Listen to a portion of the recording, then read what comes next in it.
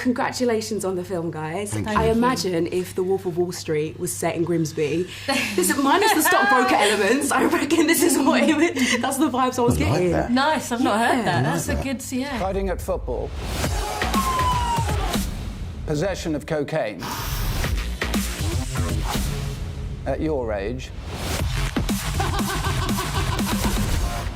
Don't you feel the slightest bit embarrassed? Dreadfully embarrassed, mate.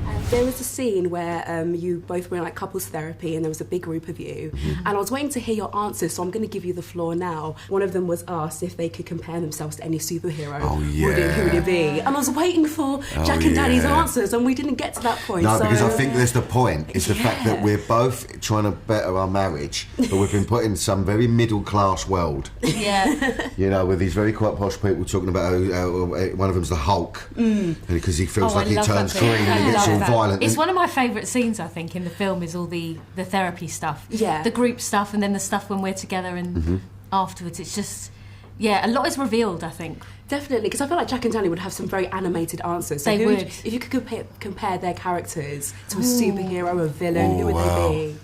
Well, there's not, because who else was in it? They used two. Invisible Man was the other one. I feel like the Invisible Man. Although I don't think he was a superhero. Probably Spider-Man, just because he spun a few webs and he's always trying to run away from his problems, I suppose, and he would run up walls if he could. Well, if you're Spider-Man, isn't that the younger kids series Spidey? Isn't there? There's a little gang of them.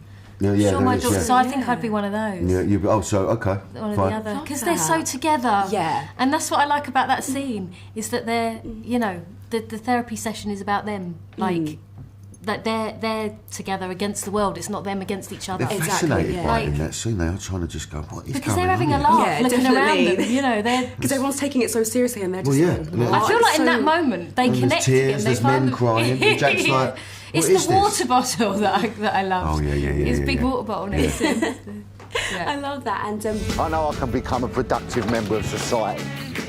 I'm going to make her proud.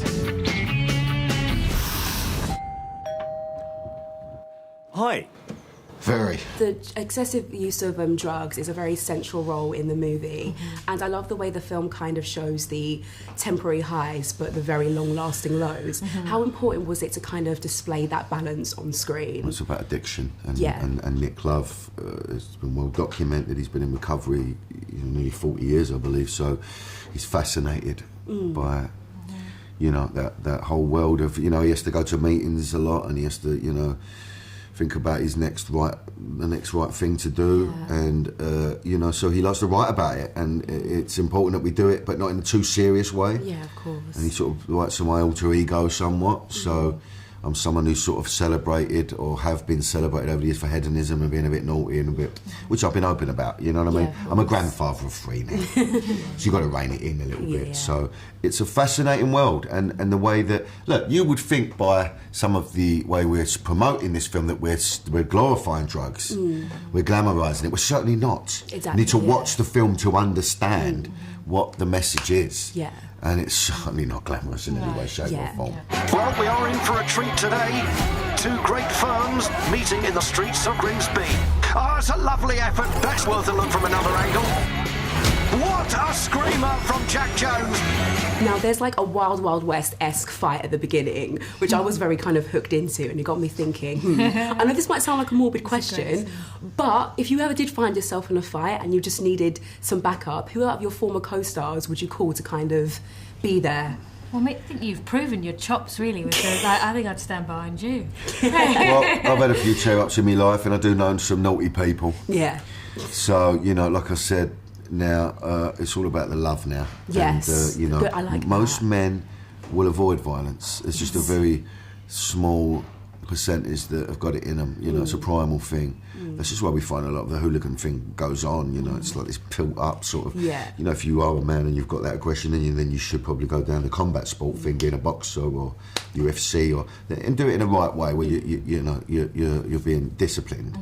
And within the film, you see these tear-ups, but then you go back to kind of not just our home life, but you see the friends go back to their troubles as well. So Exactly. it's not like you immediately see that everybody has got their own stuff thing going on. Yeah. So, It's fueled by drugs, a lot of it as well. There's Yeah, something like, exactly. especially cocaine. Hence, Yeah. marching Yes. powder. Yeah. Yeah, You know, yeah. it is the devil's dandruff. Exactly. And we yeah. really do highlight in this, but we're not sneering at it. That's important. Yeah, You know what I yeah. mean?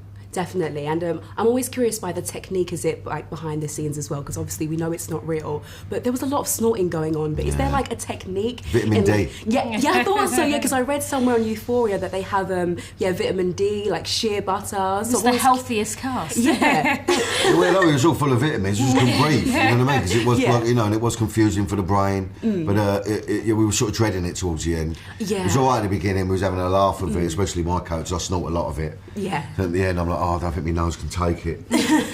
But full of vitamins. Not going to get ill. Yeah. Exactly. Then that's what's important. Mate, pipe down. I'm just talking here, okay? Sorry about that. That cunt made me forget my lines.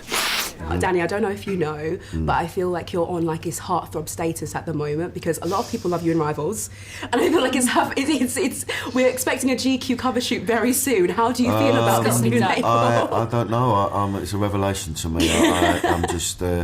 I just, you know, you're grateful to be working. You get offered these parts, and I don't think that Freddie was meant to be a heartthrob within the show. There's some very hot men in it. Yes. But I don't know. I think that I'd like to think society's changing with women in the sense of kindness became sexy, and Freddie's a very kind character. Exactly. We need and he more of that. sees Lizzie. Yeah. So and he sees of who she is. Yeah. And it's not just a lot of sex in that show. And you know, he's quite shy around sex and all that stuff that you would be friend zoned for. Yeah. Has all of a sudden become a thing. In a new era now. I don't know. I'm just rolling with it at the moment.